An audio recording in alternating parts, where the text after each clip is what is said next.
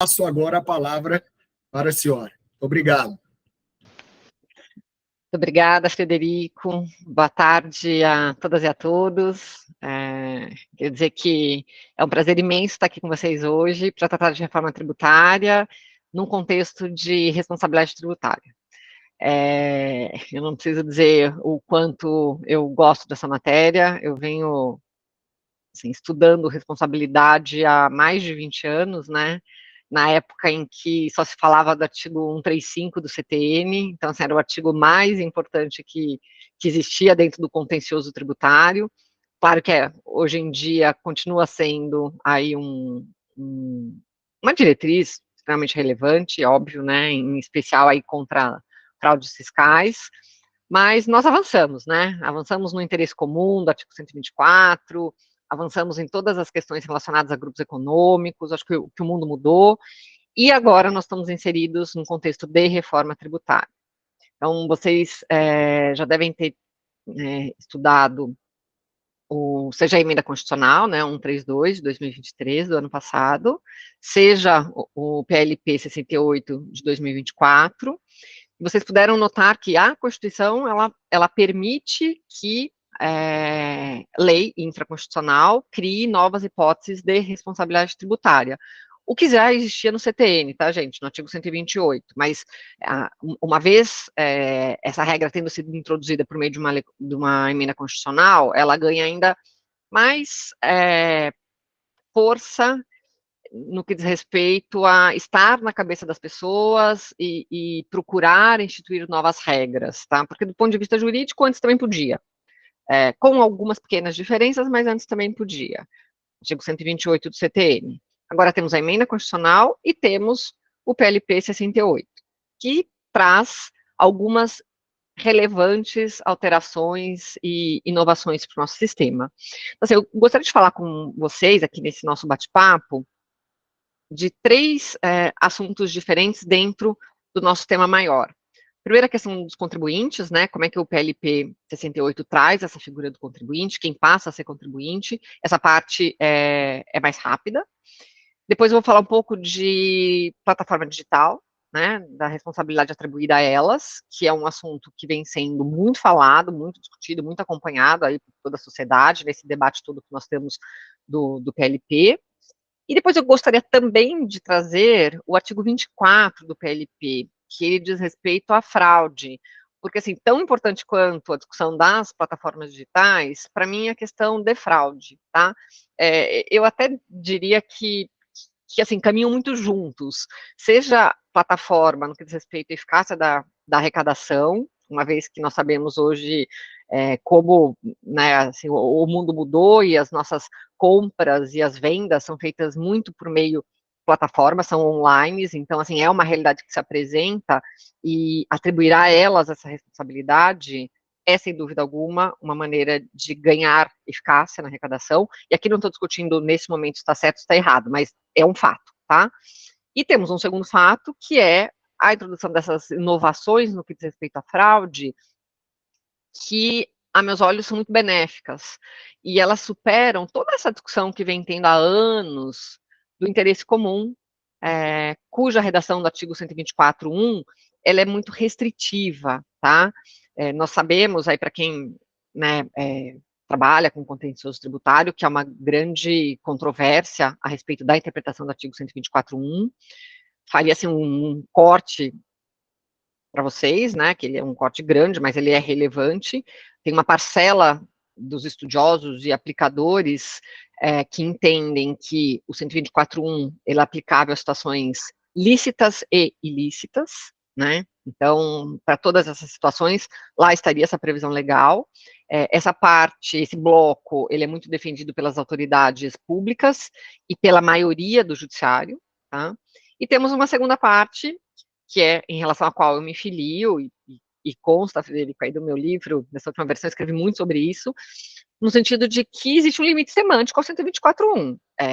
O CTN, ele é de 66, ele, assim, possui ele é muito bem estruturado, ele possui toda uma organização, eu acho que a gente tem que falar muito bem sempre do CTN, mas ele está aquém das situações de responsabilidade tributária que hoje precisariam ser regidas, né? Então, assim, o 124.1 não resolve, o 135 não resolve, nós efetivamente precisaríamos aí de uma alteração do capítulo de sujeição passiva no CTN, até isso vir, para mim, o PLP 68, quando ele traz essas hipóteses em que um terceiro ele pode ser responsabilizado no caso dele concorrer para fraude, é um avanço imenso, e eu só tenho que aplaudir e eu espero que seja aprovado, tá? Então eu vou trazer para vocês esses três assuntos, né? A questão do contribuinte, a questão das plataformas e a questão da fraude. Quando nós tratamos dos contribuintes, tá? Então, o artigo 21, né, do PLP 68, ele traz essa previsão de quem é o contribuinte para o IBS e para a CBS, né? Ele considera inicialmente que é o fornecedor, né, que realiza operações, e que operações são essas? Então, quando nós vamos para o fato gerador desses três tributos, são operações de fornecimento de bens e serviços em qualquer modalidade, de ato ou negócio jurídico. Esses serviços, em regra, são onerosos, podem ser inclusive não onerosos, e por serviços deve-se entender tudo aquilo que não foi fornecimento de mercadoria. Ou seja, fatos geradores do EBS e do CBS, e da CBS, eles contemplam um aspecto muito grande aí de atos de negócios jurídicos. Então, assim, tudo que foi fornecimento de bem ou de serviço está contemplado. Quando eu trago a figura do contribuinte, tem que ser necessariamente o sujeito que realizou esses fatos geradores, tá? Então, que tem um vínculo pessoal e direto com o fornecimento de bens ou do serviço. Porque se não for assim, ele é um terceiro, ele é um responsável, ele continua podendo ser sujeito passivo, tá? Só lembrando, o artigo 121 do CTN, ele contempla duas modalidades, o contribuinte, que tem relação direta, pessoal e direta, e o terceiro, que não tem essa relação pessoal e direta, mas, por força de uma atribuição legal, ele figura nessa posição de sujeito passivo numa relação jurídica tributária. O artigo 21 do PLP, então, ele contempla três possibilidades do contribuinte. Primeiro, esse fornecedor, que eu mencionei para vocês, né, que até aí eu acho muito tranquilo, tá, gente? Considerando qual é o fato gerador, o contribuinte só pode ser o fornecedor desses bens ou serviços. Ganha um pouco de complexidade quando nós analisamos as alíneas do inciso 1, porque ela contempla o fornecedor no desenvolvimento da atividade econômica, que é a linha A, então, tranquilo, né? Uma vez que eu sou advogada, que eu presto um serviço de advocacia, ao prestar esse serviço, sou contribuinte do ISS, tranquilo. Aí vai para a linha B, que ele coloca que é fornecedor quem realiza operações de modo habitual ou em volume que caracterize a atividade econômica. Por que é um pouco mais complexo essa situação do que a primeira?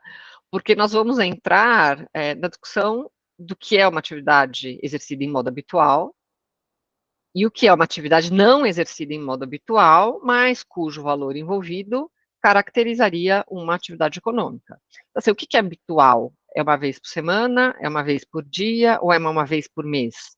Depende da atividade do que essa pessoa realiza. O que é volume que caracteriza a atividade econômica? Volume pode ser volume de dinheiro envolvido, como pode ser volume de serviço prestado ou de mercadoria entregue.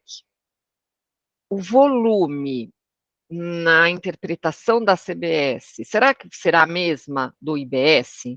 E aí comparando, né, um município, o que para ele é relevante, né, a quantidade de transporte de serviço, que é relevante para que tipifique como uma atividade econômica.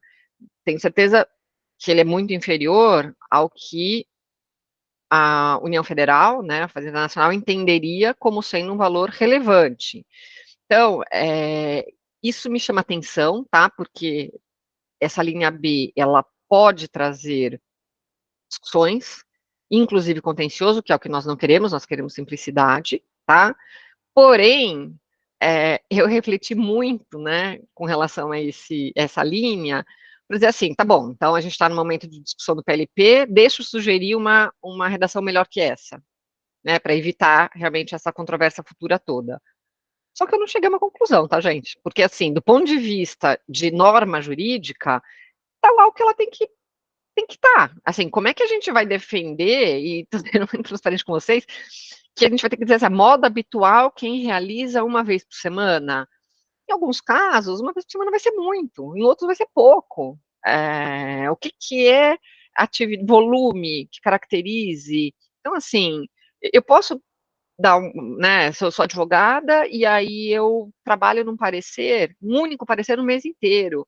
Um só, ele é muito pouco, mas depende do valor que eu cobrei. Se eu cobrei um parecer só, R$ 150.000, R$ 100.000, é muita coisa, então caracterizaria aí uma atividade econômica. Só que eu estou falando do um. Em contrapartida, eu tenho a pessoa que entra com mandado de segurança por dia, o valor é pequeno, mas é um mandado de segurança por dia. Então, assim, nós não temos como não nos furtar ao contexto, tá? É assim, essa definição da linha B, o que é habitual e o que caracteriza, para mim, ela só vai poder ser definida a cada caso concreto.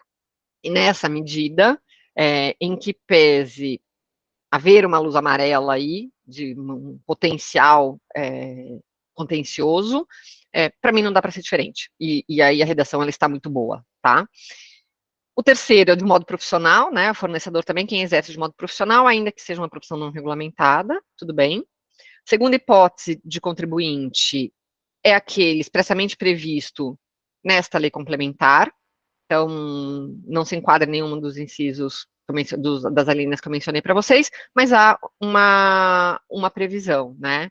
E aí a própria lei complementar já traz, né, no artigo 22, aquisição de bem em licitação promovida pelo poder público, né? Então, o adquirente, ele não está prestando serviço, ele não está fornecendo uma mercadoria, mas ao adquirir um bem em licitação pública, ele passa a ser contribuinte do IBS e do CBS. Então, o artigo 22, ele está inserido no inciso 2 do artigo 21, tá? Então, lembrando, é fornecedor, segunda hipótese, todo aquele previsto em leis complementares, e aí eu exemplifico com vocês com o próprio PLP 68, né, o adquirente de bens em licitação.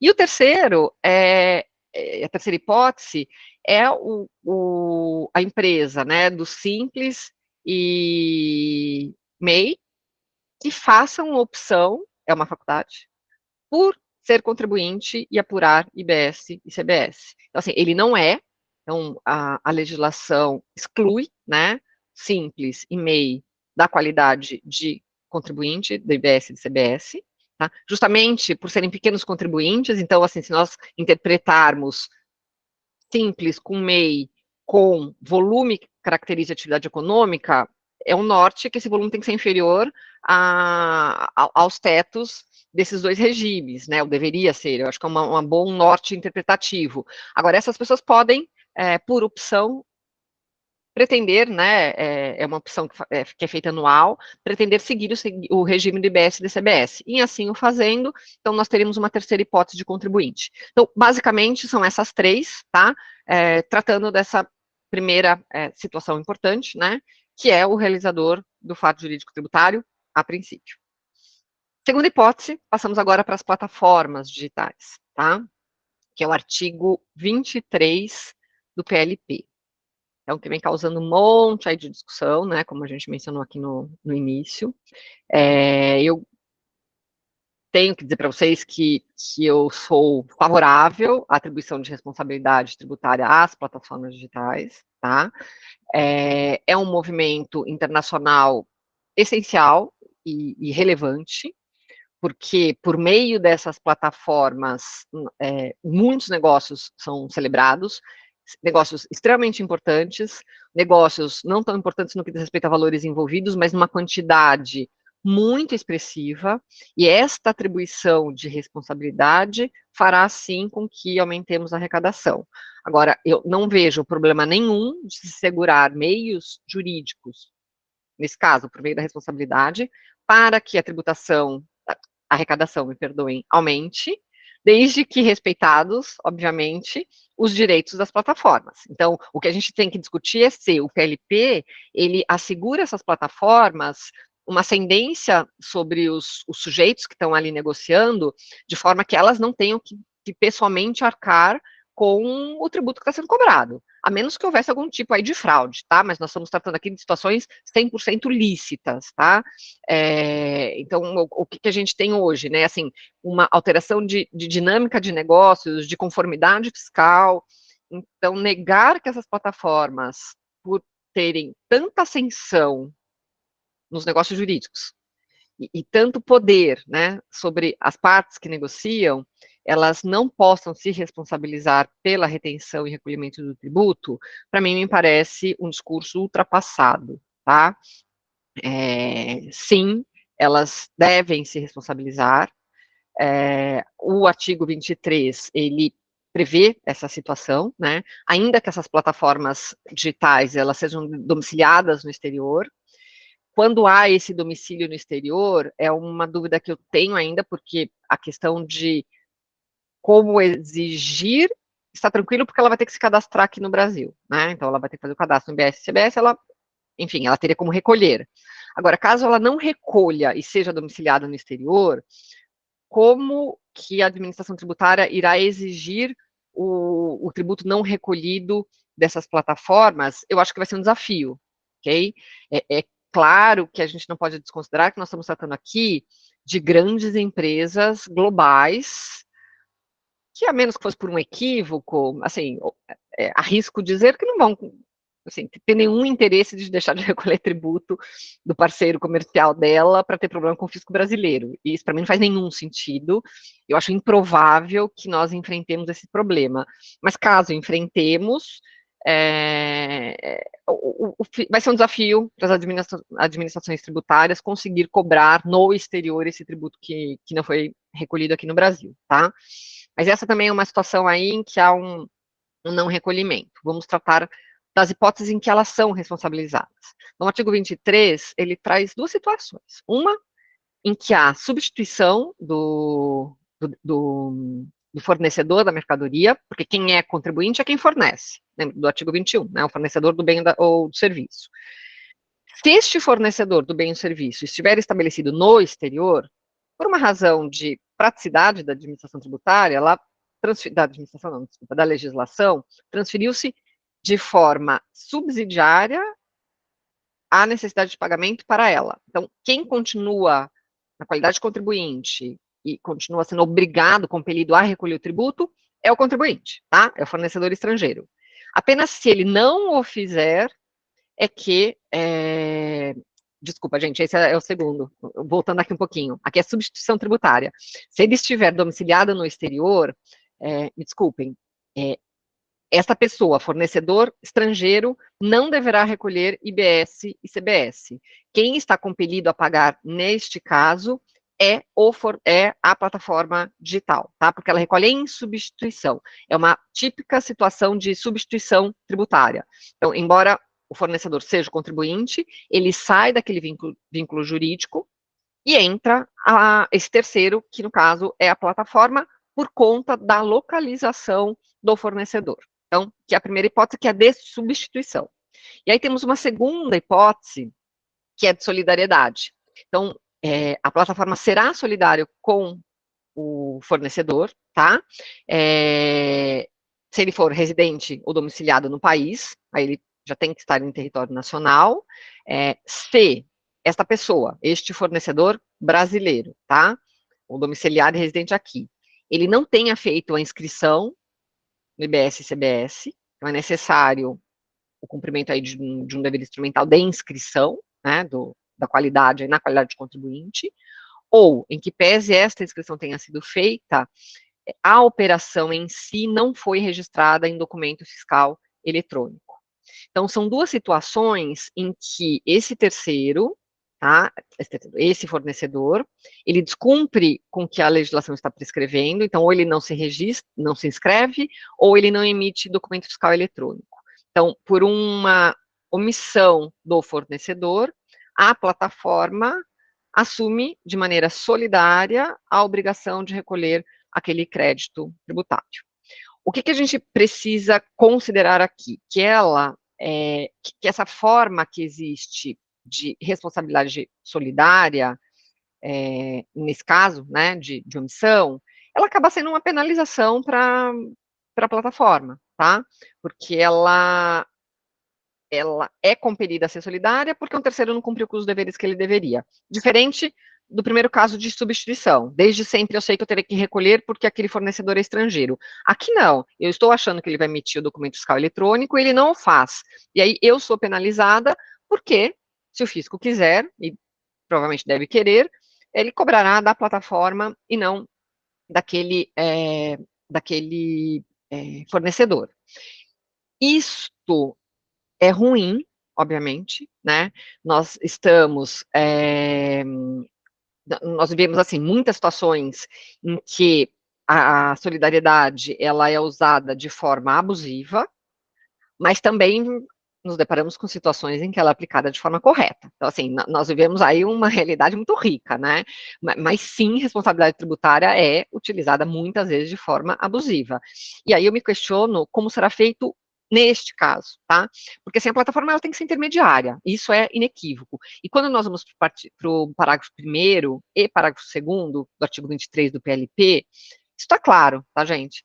Quando o PLP ele tipifica quem é plataforma digital para fins de responsabilidade e traz as situações, ele traz situações em que essa empresa ela figura como intermediária.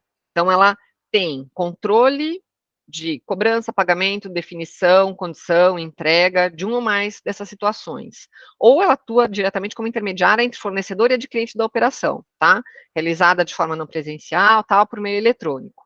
Então, veja, seja na atuação como intermediária, seja quando ela controla efetivamente cobrança, pagamento, o contrato, as condições de entrega, ela está intermediando aquele negócio jurídico, seja ele qual for, ok? Então, há um necessário envolvimento dessa plataforma digital, o que não significa que ela saberá que o sujeito não emitiu o documento fiscal eletrônico quando ele deveria.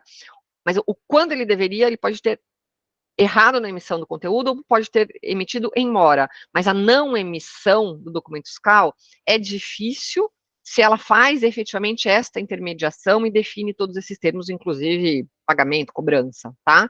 Então, é claro que a gente pode dizer assim, ela não vai saber se a entrega foi realizada, ela não vai saber se a nota foi emitida no dia X, talvez tenhamos aí um caso, mas excepcional. Quando nós analisamos esse parágrafo primeiro de quem é a plataforma digital substituta ou solidária, não é essa a interpretação que me vem. A interpretação é que há um efetivo envolvimento desses gigantes digitais. E, por outro lado, não é considerada plataforma digital, portanto, não é responsável tributária. Quem fornece acesso à internet, processamento de pagamentos, eu só processo pagamento, eu não tenho controle sobre a operação efetiva, tá? Ou quem trata aqui de publicidade, ou, última hipótese, busca a comparação entre fornecedores, tá? Desde que não cobre pelo serviço e tal. Então, as situações do parágrafo 2º, elas confirmam a necessidade de intermediação e de envolvimento das plataformas. Em assim ocorrendo, tá? O que eu entendo é que há um mínimo de ascendência dessas plataformas digitais sobre o negócio jurídico, e aí eu não estou dizendo nem sobre as partes do negócio, tá? Fornecedor e devedor, é claro, fornecedor e adquirente. É claro que nós sabemos que em alguns modelos de negócio, essa plataforma digital, ela tem uma ascensão monstruosa sobre o negócio jurídico, né? Assim, ela impõe regras, a realidade é essa. Mas acho que a gente não precisa chegar lá. Aonde que nós precisamos chegar? Se houver efetivamente essa intermediação, há uma certa ascendência, há um certo conhecimento desse terceiro, né, da plataforma, sobre aquele negócio jurídico, e há a possibilidade de ressarcimento. Então, aí não há violação à capacidade contributiva, porque, veja, ela vai intermediar aquele negócio, ela é remunerada por aquele serviço que ela está prestando, tá? E ela, assim, de bom grado se a legislação vier a ser incrementada para prever como esse ressarcimento deverá ser feito. Mas, ainda que nós não tenhamos isso no PLP, considerando, estarmos falando de plataforma digital, no mundo hoje, digital, e que só será mais ainda, eu me parece que esse risco das plataformas, salvo em situações de fraude, não é grande, tá? Ela terá formas de se ressarcir, então não há que se falar em violação à capacidade contributiva, ela tem ascensão sobre aí os players, e ela sabe do negócio porque ela está intermediando. Então, é uma maneira que se tem, sim, de atribuir para esse terceiro um dever de contribuição. Eu não concordo em dizer que a legislação está atribuindo às plataformas o dever de fiscalização. Claro que isso pode ser entendido também, tá? Eu acho que esse é um jogo é uma bola dividida aqui. Eu posso entender dessa forma. Não é a interpretação que eu prefiro, tá? A interpretação que eu prefiro, quando eu leio o PLP, é de que há um dever de colaborar com a administração tributária. O dever de fiscalizar permanece sendo tão somente das autoridades administrativas, tá? E aqui eu queria fazer uma menção para vocês a uma decisão do Supremo Tribunal Federal, é o RE 603-191, que é um julgamento muito interessante em que o Supremo, ele trata, não de uma maneira principal, mas ele trata de responsabilidade tributária, tá? E assim, em situações em que terceiros seriam responsáveis por pagamento de tributo, mas terceiros que não têm nenhum poder de gestão, de ascendência, de condição de verificação se aquelas obrigações acessórias estão sendo cumpridas ou descumpridas. É uma situação um pouco diferente do que a gente está tratando aqui com a plataforma digital, tá? E o Supremo, quando decidiu que a atribuição de responsabilidade nessas situações em que não há nenhum tipo de envolvimento, de ascendência, seria inconstitucional, ele traz a questão toda de obrigatoriedade de cumprimento de obrigações acessórias desses terceiros, né, de fiscalizar aqui, e ele decidiu que esses deveres de acompanhamento, fiscalização, e que eu chamo de colaboração aqui no bojo do PLP, eles não podem ser inviáveis, excessivamente onerosos, desnecessários ou ineficazes. Então, assim, são as 4 palavras que o Supremo usa para atribuição de responsabilidade de terceiro quando ele tem um dever de diligência com relação ao fornecedor ou cliente dele, tá? Então, essa obrigação ela não pode ser inviável, excessiva, inviável no sentido de eu não tenho como fiscalizar efetivamente. Eu me lembro no passado, eu advogava muito por uma empresa que era transportadora de valores e, consequentemente, trabalhava muito para bancos, né, instituições financeiras, numa época em que nós não tínhamos Pix e cartão de débito, assim, era muito numerário que circulava na economia.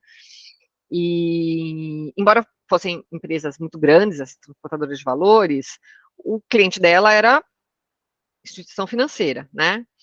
E a legislação de vários municípios impôs que a instituição financeira tinha que recolher o ISS, né, em nome dela. Então, havia uma situação aí de substituição tributária. E logo no começo, eu era nova como advogada, né, tal, eu falei, não tem problema nenhum, é só você pedir para o seu cliente. Agora, veja, imagina assim, o cliente que recolhe ISS no mês, cliente, vamos imaginar um grande banco, tá? Ele faz uma guia de ISS para todos os transportadores de valores, para todas as operações que são ali realizadas e recolhe lá o ISS. Aí o meu cliente chegava para o banco X e falava assim, o senhor pode, por favor, aí comprovar que você recolheu o meu imposto? Ele nem respondia o e-mail, né? Havia aí uma presunção de que, óbvio, que o banco ia recolher o ISS? Havia. O problema era que os municípios chegavam nas transportadoras de valores e falavam, mostra que o ISS foi recolhido, né, pelo banco X nessa operação A sua. E não havia suporte documental. Mas por que não havia suporte documental? Porque existe uma inversão, né? Era assim, eu estava para o lado do hipossuficiente, né? Que não tinha condição de exigir de um grande banco, me manda a guia, ele e não mandava, e aí eu era autuada, sendo que a administração sabia se aquele imposto tinha sido recolhido ou não, né? Porque ela é a destinatária daquele tributo. Aqui na plataforma é o inverso. Quem está numa posição de um poder maior é efetivamente a plataforma e não o fornecedor. Então, eu acho que há uma inversão que permite que não seja inviável esse atributo de contribuição aí trazida no PLP. Também não pode ser muito oneroso, gente, vamos pensar, né, a plataforma ela é remunerada, ela tem que receber, obviamente, né, pela intermediação que ela faz. Agora, se a legislação vier criar tantos deveres de diligência e de colaboração para essas plataformas, de forma que o que é cobrado hoje não seja suficiente para suportar o custo que ela vai ter desse monitoramento, diria a vocês que ou ela para de trabalhar, eu acho que é totalmente improvável, ou esse serviço vai ficar muito mais caro, que é o provável, né? Então, assim, a questão de sopesar, sabe, o equilíbrio do dever instrumental que está sendo atribuído a ela, para que não seja excessivamente oneroso, é algo que tem que ser pensado, sim, no bojo do PLP. E também não pode ser desnecessário e ineficaz, né? Então, é algo que, o que eu viso? Eu viso assegurar a arrecadação, e aí eu vou criar inúmeras regras que são totalmente ineficazes para esse meu propósito, não tem sentido nenhum, tá? Por fim, ao tratar aqui das plataformas, eu queria dizer para vocês que o fundamento de validade do PLP 68, seja para a plataforma, seja na questão de fraude, é o artigo 128 do CTN, tá? Para ambas as situações. Lembrem que nós temos o artigo 146 da Constituição, né, que atribui a previsão de lei complementar dispor sobre contribuintes, e aí entenda-se sujeição passiva, né? Então, toda vez que nós tivermos aí as regras gerais, elas devem vir no bojo de uma lei complementar. O PLP é uma lei complementar, porém, é uma lei complementar regra matriz de incidência tributária, que institui IBS e CBS. Não é uma norma geral que vai alterar CTN. Então, tudo que nós estamos falando aqui serve tão somente para IBS e CBS, porque aí é que eu trato, é o objeto dessa lei complementar, regra matriz de incidência tributária, que precisa de um fundamento de validade além da Constituição Federal, que é o artigo 128 da Constituição, do CTN, que traz o quê? A possibilidade de criação de novas regras de responsabilidade, né, desde que essas novas regras tragam aqui a previsão, né, de que seja uma terceira pessoa vinculada ao fato gerador da respectiva obrigação, tá? Então, tem que haver essa vinculação para que seja legal essa atribuição de responsabilidade. E, nas hipóteses que nós estamos tratando, para mim, há, sim, essa vinculação, não é direta, senão seria contribuinte, mas é uma vinculação indireta, tá? Então, seja pela alteração da Constituição Federal, 156A, introduzido pela emenda constitucional 132, seja pelo artigo 128, tá? Eu entendo que essa inovação trazida no artigo 23 do PLP é legal e é constitucional, ok? Talvez tenhamos um caso concreto aí em que não houver nenhum tipo de influência dessas plataformas ao caso concreto, que a gente possa discutir o caso concreto, mas a legislação, para mim, ela guarda, sim, fundamento de validade, tanto no CTN quanto na Constituição. Por fim, eu queria tratar com vocês sobre fraude, tá? E aí eu vou para o artigo 24 do PLP, que prescreve que, além das demais hipóteses previstas aí no CTN, então 135, 137, mesmo 136, 124 do CTN, e legislação civil, aí eu faço referência especial ao artigo 50 do Código Civil, que trata da desconsideração da personalidade jurídica, é um artigo que se enquadra nessa previsão legislativa, são solidariamente responsáveis pelo IBS e CBS. Então, 24, hipótese de solidariedade. Qualquer pessoa, tá, que a qualquer título adquira, importe, receba, da nome, a qualquer bem ou serviço, não acobertado por documento fiscal idôneo, tá? Então, assim, se eu adquiro um bem ou um serviço pautado no documento fiscal inidôneo, serei solidário em pagamento do IBS e da CBS. Transportador, quando houver também, ele transportar uma mercadoria desacompanhada de documento fiscal idôneo, ou ele realizar a entrega da mercadoria num local distinto daquele indicado na nota fiscal, também será solidário.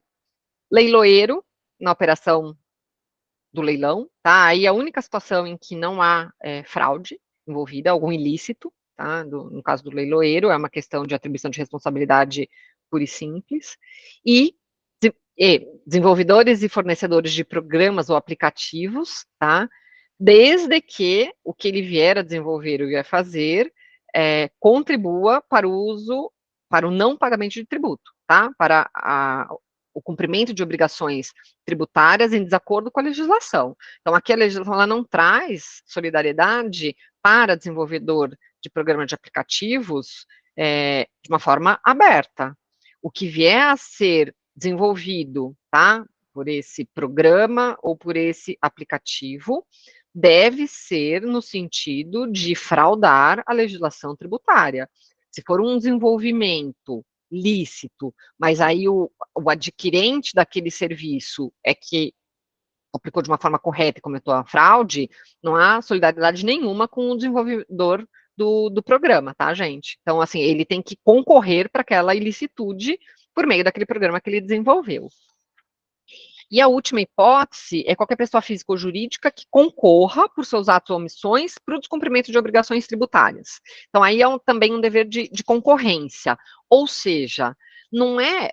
Quando eu trato do artigo 124 do CTN, né, que eu critiquei tanto e critico tanto, porque eu acho que ele não contempla ilícitos, porque o interesse comum no favorador, né, é muito diferente de concorrer para a fraude, eu aplaudo o PLP 68, tá? Assim, há anos que eu venho criticando o 124, eu, sinceramente, acredito que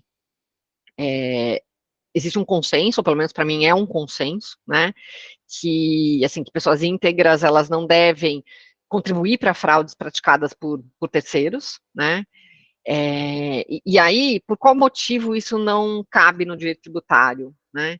Então, hoje nós temos situações em que a pessoa participa de forma consciente daquele ilícito. Ela até pode ter um olhar no sentido de que é meu fornecedor ou meu cliente que está praticando o ilícito, eu estou fazendo tudo certo, apurando meus tributos e recolhendo integralmente. Mas eu sei que aquele meu cliente está entregando mercadoria em local errado, por exemplo.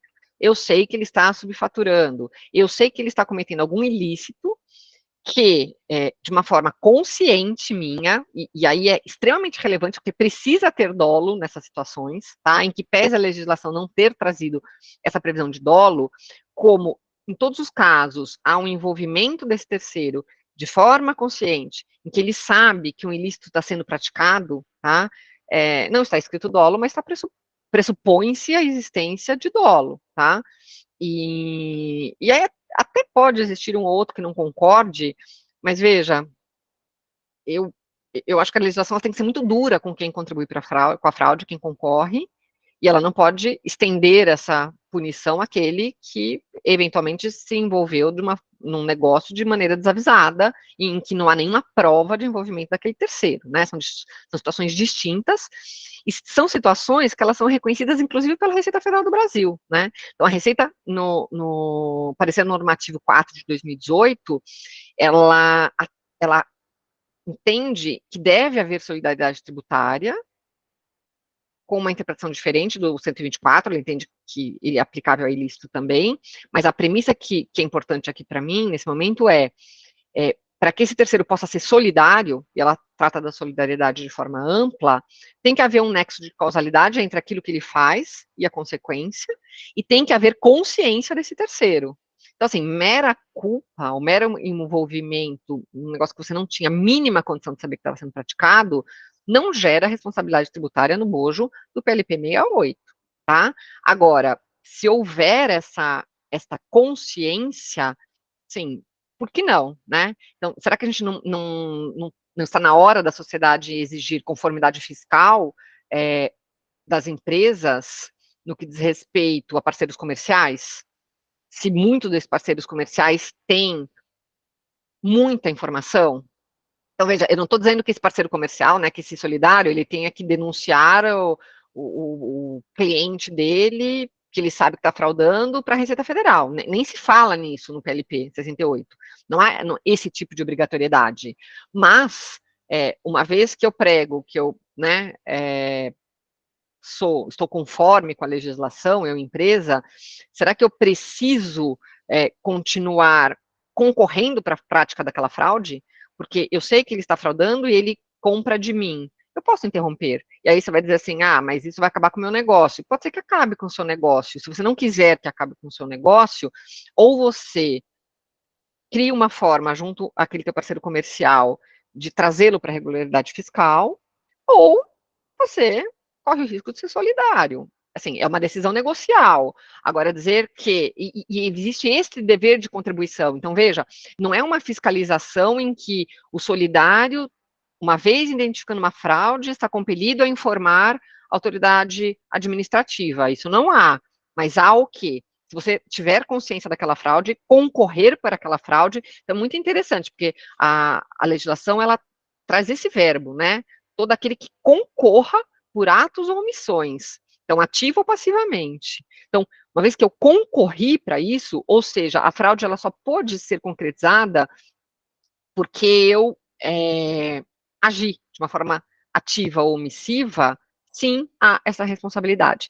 E aí, em duas situações, ou ocultação da ocorrência ou valor da operação, então, oculto a ocorrência do fato gerador, ou mesmo, né, o valor integral, a um subfaturamento daquela operação, é uma primeira situação, ou abuso de personalidade jurídica, caracterizado pelo desvio de finalidade ou confusão patrimonial. A ocultação, é interessante que a gente some, aqui é o parágrafo 2º, tá, desse artigo, que prescreve que, um segundo, não, o parágrafo 3º, tá, que a responsabilidade a que se refere ali na A, que é a ocultação da ocorrência ou do valor da operação, ela se restringe ao valor ocultado da operação.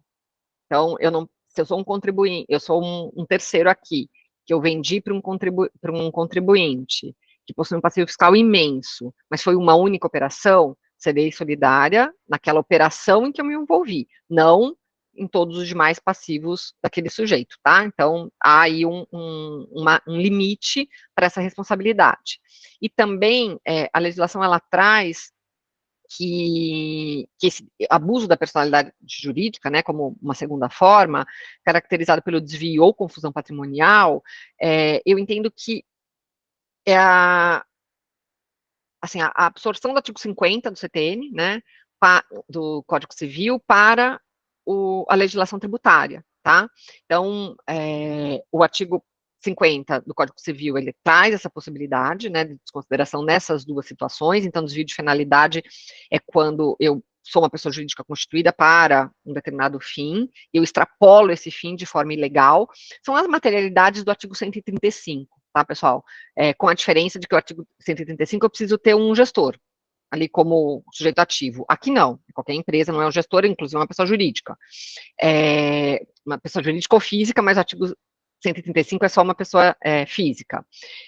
E a confusão patrimonial é quando não há esse limite de patrimônio. Não sei se o patrimônio X pertence à empresa A ou à empresa B. Há uma confusão que se estabelece por conta aí de um não limite contábil ou pragmático das operações que são realizadas entre duas ou mais pessoas jurídicas. O que é interessante que a gente considere aqui é que, ao analisar o artigo 50 do Código Civil, eu necessariamente pressuponho uma interferência judicial. É só o juiz que pode autorizar a desconsideração da personalidade jurídica como requisito do artigo 50 do Código Civil. Para nós, IBS e CBS, caso o PLP venha a ser aprovado dessa forma, a autoridade administrativa passará a ter competência para desconsideração nos casos aqui previstos, tá?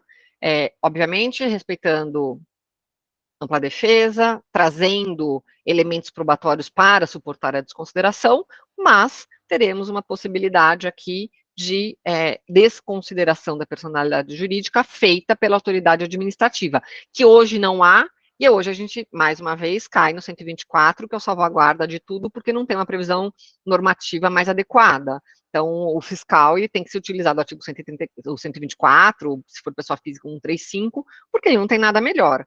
A partir da aprovação do PLP, ele poderá se utilizar do artigo 24 do projeto de lei. Pessoal, esses são os pontos principais que eu gostaria de trazer para vocês. Tem muita coisa aqui, mas como logo o nosso tempo aqui acaba, eu gostaria de me colocar aqui à disposição para uma eventual dúvida que vocês tenham, ou várias dúvidas, estou total à disposição de vocês.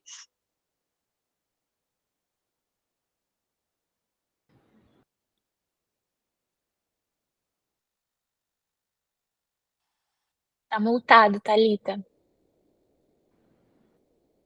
Professora Maria Rita Ferragutti, você sempre consegue me surpreender aqui. Eu vou tomar liberdade, eu vou falar por mim aqui. Que espetáculo te ouvir, Rita. Você fez comentários que eu não tinha ouvido ainda em nenhum outro fórum de discussão sobre a sujeição passiva, sobre a responsabilidade. Você trouxe pontos muito importantes para a gente, já me perguntaram no grupo, várias mensagens no privado, se está sendo gravado, porque querem ouvir de novo a sua fala aqui. Ele não está sendo gravado, eu vou disponibilizar para todo mundo. Para respeitar o horário de todo mundo, Rita, muito obrigada. Eu me travei na entrada ali, por isso que eu pedi para o professor Frederico aqui começar o grupo. Gente, nós estamos aqui diante, eu diria, a maior especialista em sujeição passiva tributária no Brasil. Eu falo sem nenhum medo e eu falo isso com a maior liberdade em qualquer evento jurídico, viu, professora Maria Rita? E muito obrigada por ter aceito o convite. Rita, nós temos, assim, a gente poderia ter uma segunda rodada, né? Uma segunda, uma terceira, né, Rita? Sobre esse tema. E foi muito bom te ouvir sobre diversas perspectivas, mas foi importante para mim, especialmente, te ouvir sobre o dever de contribuição, eu vou chamar o dever de cooperação, né? Que você distancia dessa ideia da fiscalização, e eu acho que você traz pontos muito importantes, que você diz assim, que é diferente, e aí, Rita, lá no projeto, no PL, no PL do Código de Defesa do Contribuinte, tinha uma questão sobre uma responsabilização das partes que participam de uma mesma operação, de fazer uma denúncia, né, de contar, acho que você fez essa distinção também, eu não sei se você pensou naquilo ali, e traz uma perspectiva muito diferente. Você fez esse comentário sobre o buscar o fundamento de validade no CTN, Rita. Eu acho que nós vamos enfrentar vários problemas em diversos aspectos desse nosso debate com o PL e o CTN. Hora de confronto, hora de busca de fundamento de validade, né? Então, eu acho que vai ser muito delicado isso aí. Eu vi que tinha algumas perguntas aqui. O propósito do grupo é nós encerrarmos aqui às 13, né? E nós vamos cumprir, porque todo mundo tem os seus respectivos compromissos. Mas tinha só uma pergunta aqui do professor Frederico Medeiros, que ele pergunta aqui como que se caracteriza a presença física dessas plataformas digitais, ele coloca física entre aspas no Brasil, partimos do conceito de estabelecimento econômico, do 1142 do Código Civil. Não sei se dá tempo de fazer algum comentário, Rita, se você gostaria de fazer qualquer outro comentário aqui. Essa questão, Frederico, ela é intrigada realmente, né? Porque muitas dessas plataformas não têm presença física efetivamente, mas elas não precisam ter, tá, Frederico, para essa responsabilidade. Imagina assim, elas. Eu não sei dizer para você se todas têm ou não, tá? Mas eu acho que as grandes, pelo menos, estão aqui no Brasil, e aí, ok, não há dúvida.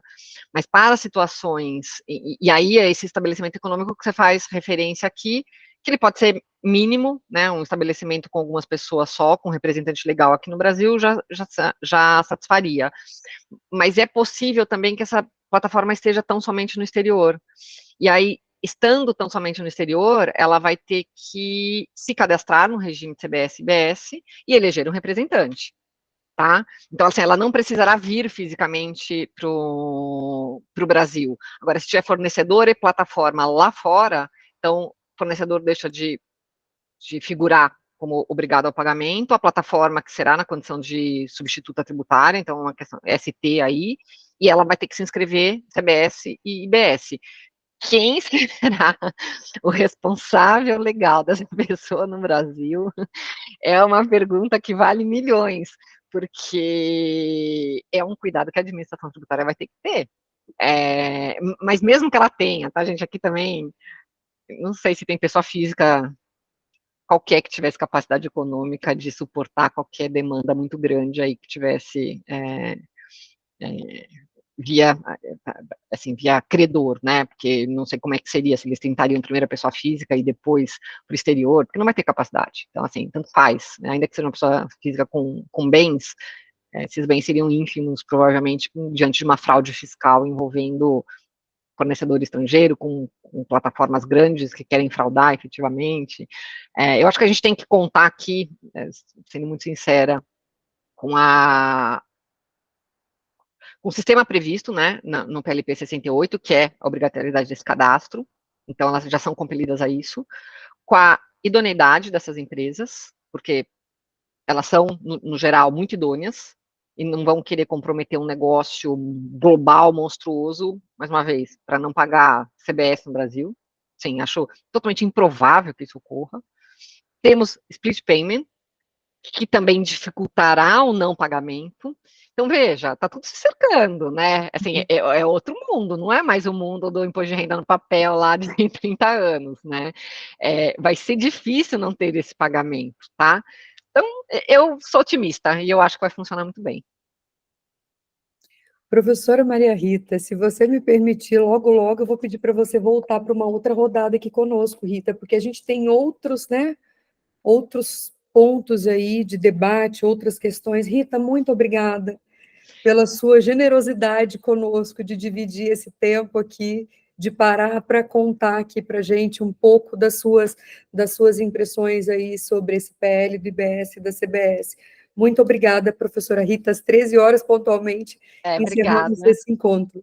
Eu que agradeço, Thalita e todo mundo, assim, foi um prazer falar com vocês, eu voto com o maior prazer, tá? A questão da fraude lá do artigo 24 tem muito desdobramento, então fico total à disposição quando tiver um tempinho aí na agenda, viu, Thalita? Muito obrigada, gente. Nossa, Rita, muito Boa obrigada. semana. Obrigada mesmo. Olá. Boa semana para todo mundo. Vou liberar o link no grupo, tá bom, gente?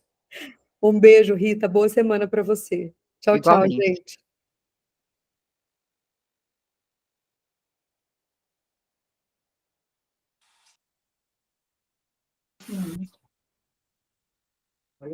Eu até